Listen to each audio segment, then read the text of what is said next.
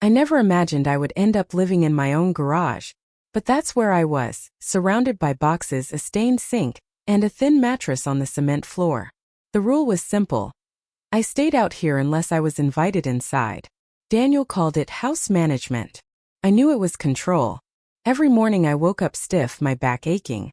I'd shuffle to the tiny sink, splash cold water on my face, and stare at my reflection. Older, thinner, tired. My firefighter uniform hung on a nail like a reminder of the life I used to have. A life where people listened to me. Daniel and Mary had slowly taken that from me. It hadn't started all at once. Months earlier, Daniel had offered to help with my bills. Friendly. Calm. He said I didn't need to worry about finances anymore. He put papers in front of me, told me it was basic banking convenience. Nothing more. Mary smiled, told me Daniel was good with money. I trusted them. I signed. I didn't realize what I had given away. Weeks later, the signs appeared. A bank statement showed almost nothing left. Items around the house got replaced: new couch, new electronics, new clothes. All bought with the money I worked decades for. When I confronted Daniel, he barely reacted. He simply told me he had legal control now. Power of attorney. My pension came to him. I tried to argue. He got closer, using his size, making me step back. He said he would have me declared incompetent if I made trouble. Mary didn't defend me. She just stood there looking at the floor. 2 weeks later, Daniel announced a new arrangement. He told me I was taking up too much room in the house. The garage had everything I needed. A mattress, a sink, a toilet. That was it. If I wanted to step inside, I needed permission. If I complained, he said he'd call social services and claim I couldn't care for myself. So I moved my things. They watched TV while I carried my mattress past them. Life in the garage was quiet and lonely. The water tasted metallic. I ate tiny portions they handed me. Some days just crackers. My flip phone was old, but it still received bank alerts. One day a text came: withdrawal. $7,000. Another pension payment gone before I even saw it. That was the same day Daniel blocked me from the kitchen. I had tried to go inside for coffee. He stopped me at the door, saying garage residents didn't have kitchen privileges. Mary wouldn't even look at me. "Dad, just go back," she said quietly. "Not Papa. Not Dad." With warmth. Just flat. Cold. Daniel closed the door and locked it. I just stood there staring at the metal. My hands trembled. Then the trembling stopped. I felt something small but burning inside me. Anger, real anger, for the first time in a long time. I needed help. But Daniel had taken my smartphone. The old flip phone was dying. I couldn't call Julian. Not yet. But I still had eyes. I still had my training. 40 years as a firefighter teaches you things. Observe quietly, stay calm, plan ahead. A fire doesn't care how scared you are. You move anyway. So I watched. I watched Daniel's routines through the small garage window. I learned when he left, when he came home, how long Mary stayed in the bath, where they kept spare keys, and when the house was truly quiet. Every day I wrote small details in my head. Every movement mattered. If I couldn't call Julian yet, I could at least prepare. A few days later, everything changed. I heard a familiar car engine outside. A slight rattle in the exhaust that only one person in the world drove around with. My son's Honda. My heart jumped and sank at the same time. Not now, I thought. Not like this. But the car shut off. Doors opened. Footsteps approached. Julian's voice drifted through the hallway inside the house. "Hey? Anyone home? Where's Dad?" Mary answered too quickly, her tone wrong. "He's in the garage. Working on something." Julian knew I didn't work on things in the garage. His footsteps came closer. The garage door swung open. Bright light flooded in. Julian stepped inside. For a moment he froze. His eyes ran over the bruise on my face, the thin blanket, the mattress on the concrete. Then he looked at me. Really looked. "Dad, what happened to you?" I opened my mouth but no words came. Shame kept my throat tight. Julian crossed the room in a few strides and grabbed my shoulder gently. "You're living out here? Why? You get a pension. You should be comfortable. Where is all your money going?" Before I could answer, Daniel appeared in the doorway, posture big, smile confident. He said, "It's not complicated. The pension is mine now. He signed everything over. The house will be mine too. Julian's face changed. He stood straighter. What did you say? Daniel kept talking like he owned the place. Mary stayed silent behind him. Julian turned to me. Dad, get up. We're leaving. Daniel blocked the exit. He's not going anywhere. This is his home. Julian stepped closer to him, his voice calm but sharp. Move. Daniel hesitated for the first time. Not long, but enough. Then he stepped aside. Julian guided me out with a steady hand. He opened his car door like he was handling glass. We drove away. I watched the house disappear in the mirror. Daniel's smug expression still in the doorway. I felt the first hint of safety in months. Julian didn't speak much on the drive. His jaw was tight, and his hands gripped the wheel like he was holding back every emotion at once. I stared out the window, watching neighborhoods pass by.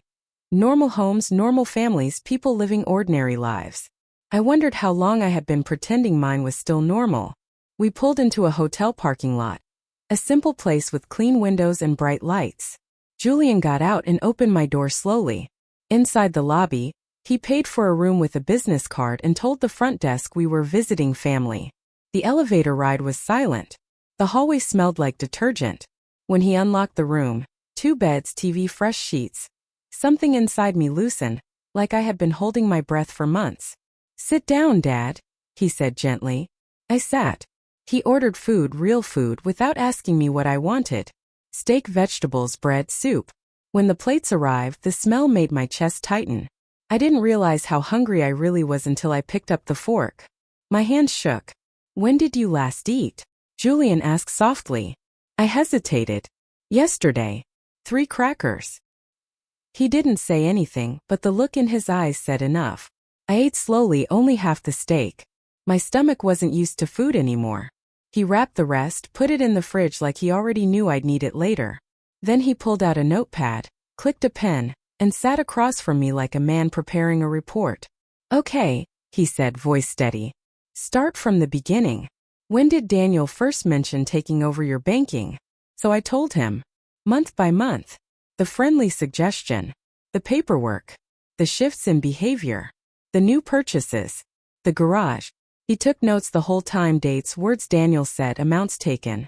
When something didn't make sense, he asked more questions. Not in an emotional way. In a focused, methodical way, like he was solving a system problem at work. Did Daniel say it was a limited power of attorney? He asked at one point. Yes. He said it only covered banking. That I'd stay in control of everything else. Did he ever give you cash without you asking? Rarely.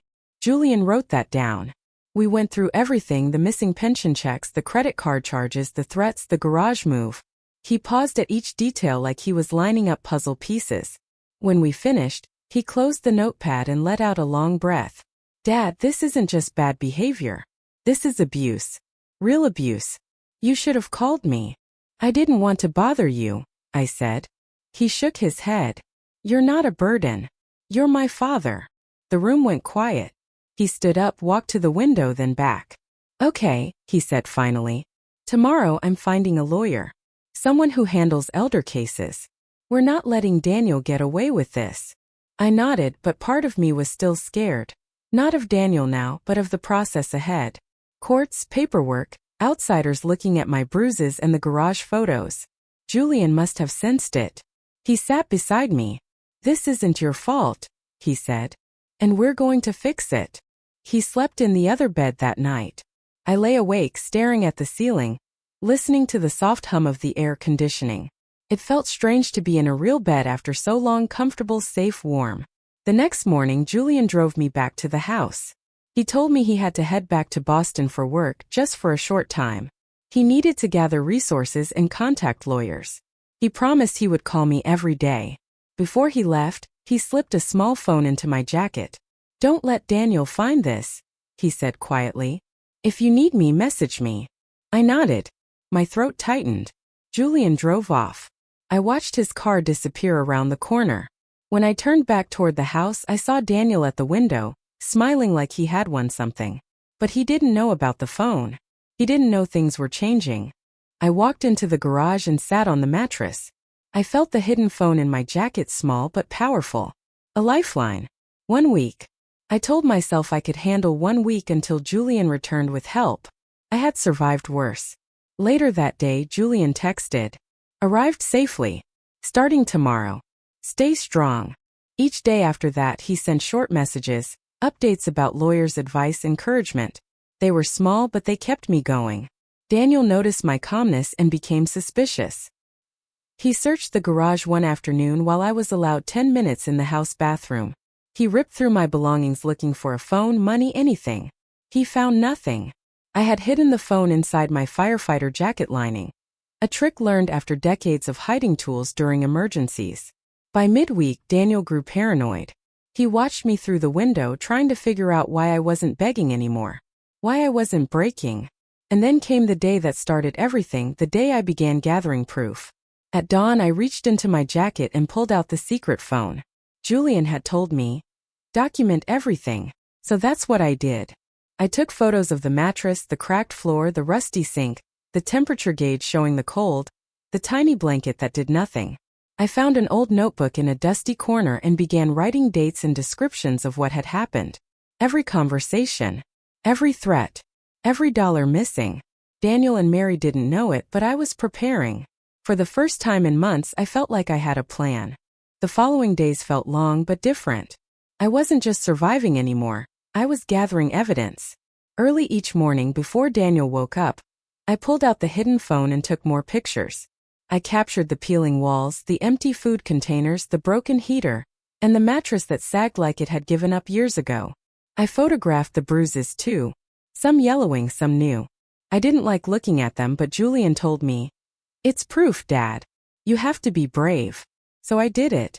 Every afternoon, when Daniel left for errands, I wrote down more details in the notebook. Times and dates. What he said. How much money he took. How he controlled my pension. How he locked the doors. Then one day, something important happened. Daniel and Mary had an argument in the kitchen. Their voices were low but sharp like knives. Through the small crack in the door, I heard Mary say, "You took the rest of his pension again? That wasn't the plan." Daniel replied, "I'll handle it. He can't stop me. He signed everything." Mary didn't argue after that. Her silence said enough. I wrote the whole thing down immediately. Later that evening, Daniel came into the garage without knocking. He looked around slowly, eyes scanning the room like he expected something to be out of place. "You seem calmer this week," he said. "That worries me." I kept my face blank. "Just tired." He stepped closer. "If you're planning something, it won't work. I can take away more privileges." I didn't respond. He waited, then turned and left, but he locked the door tighter than usual. I put another mark in the notebook. The next morning, Daniel walked in holding my firefighter uniform. "This old thing is in the way," he said. "I'm throwing it out." I stood up quickly. "No. Leave it." He smirked. "Why? You're not working anymore. You don't need it." When he left with the uniform in his hand, I followed him. I watched him toss it into a large black trash bag and drag it out to the curb. But what he didn't know was that the uniform lining was where I had hidden the phone. The jacket had a small seam I used to store it. So while he thought he was taking away a memory, he was really giving me a chance to protect my only lifeline. The moment he walked away, I hurried outside and opened the trash bag. I found the uniform, grabbed the phone from the lining, and tucked it into my shirt. Then I put the uniform back exactly as it was. From the window, I saw Mary watching me.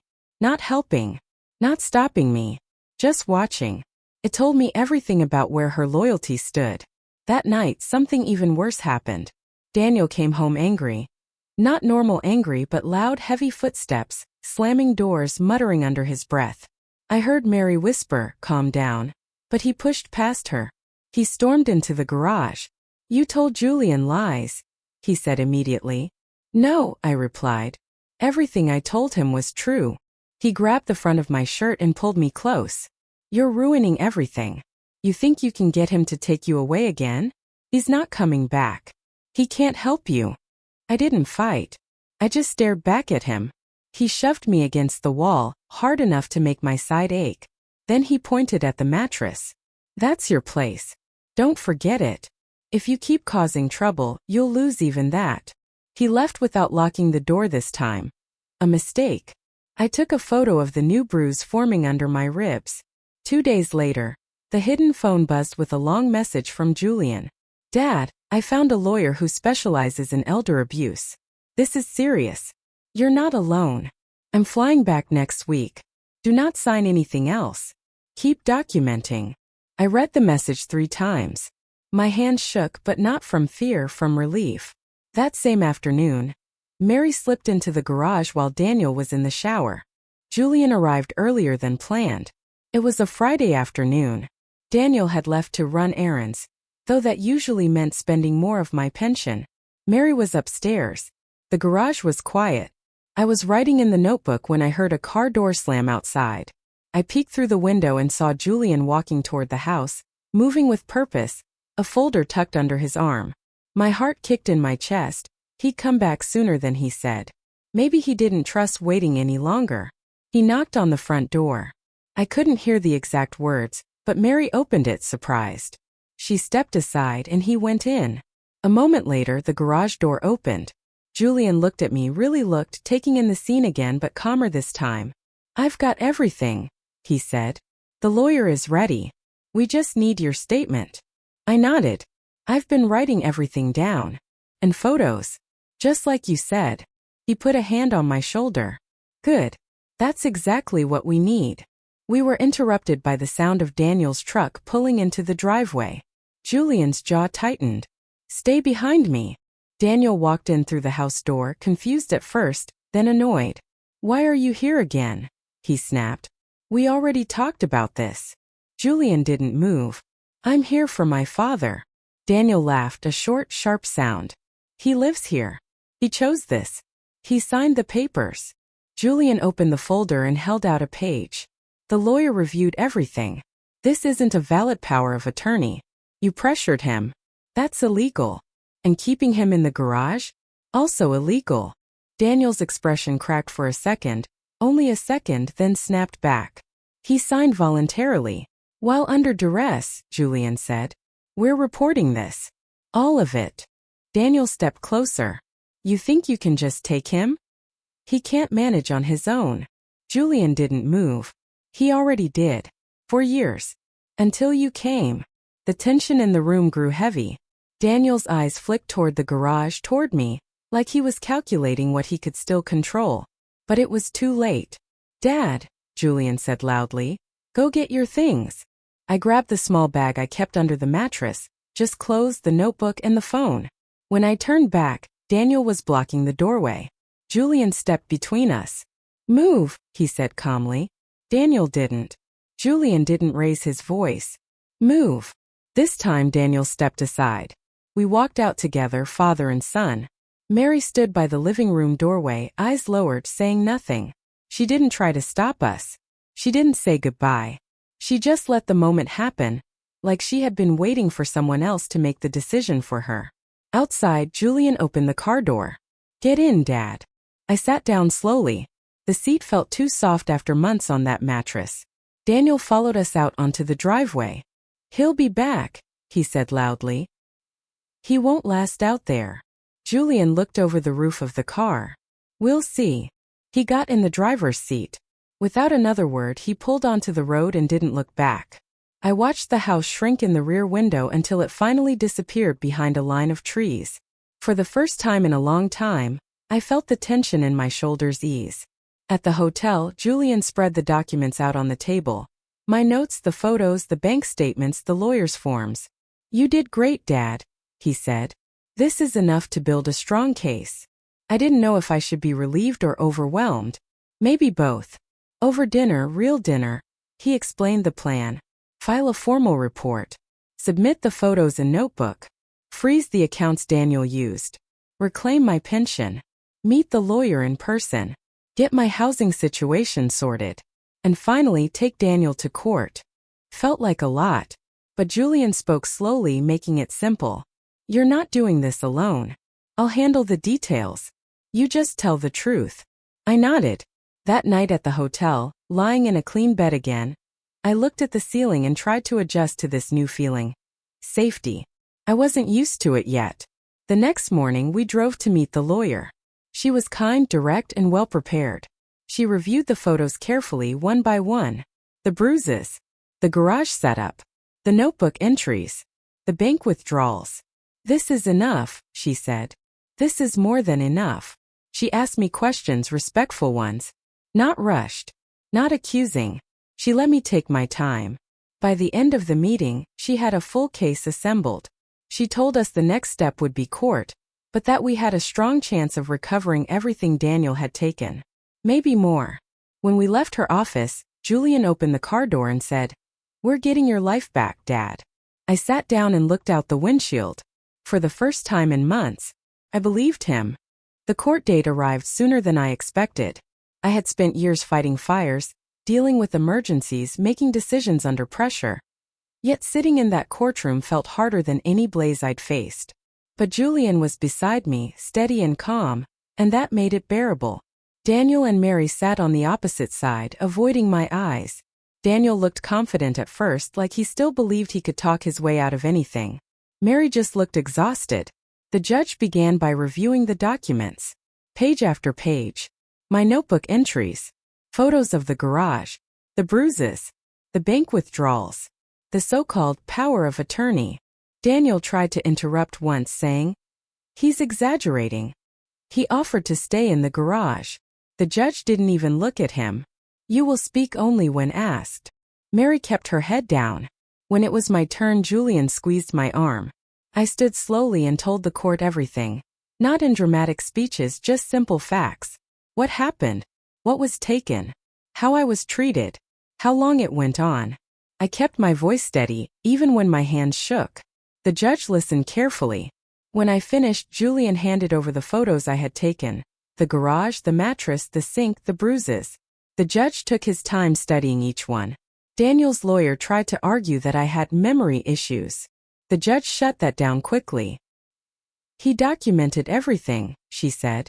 "Dates, times, conversations. There is no confusion here." Daniel grew frustrated. "He's getting older. He can't live alone. We were helping him." The judge raised an eyebrow.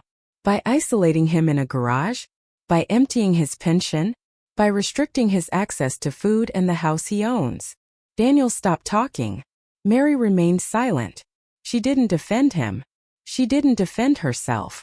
She didn't defend me. She simply looked at her hands. After a short break, the judge returned with the ruling. Her voice was everything. The power of attorney was invalid. Please like this video, subscribe to the channel, and share your thoughts on this story in the comments. To hear the next story, click the box on the left. Thank you for watching.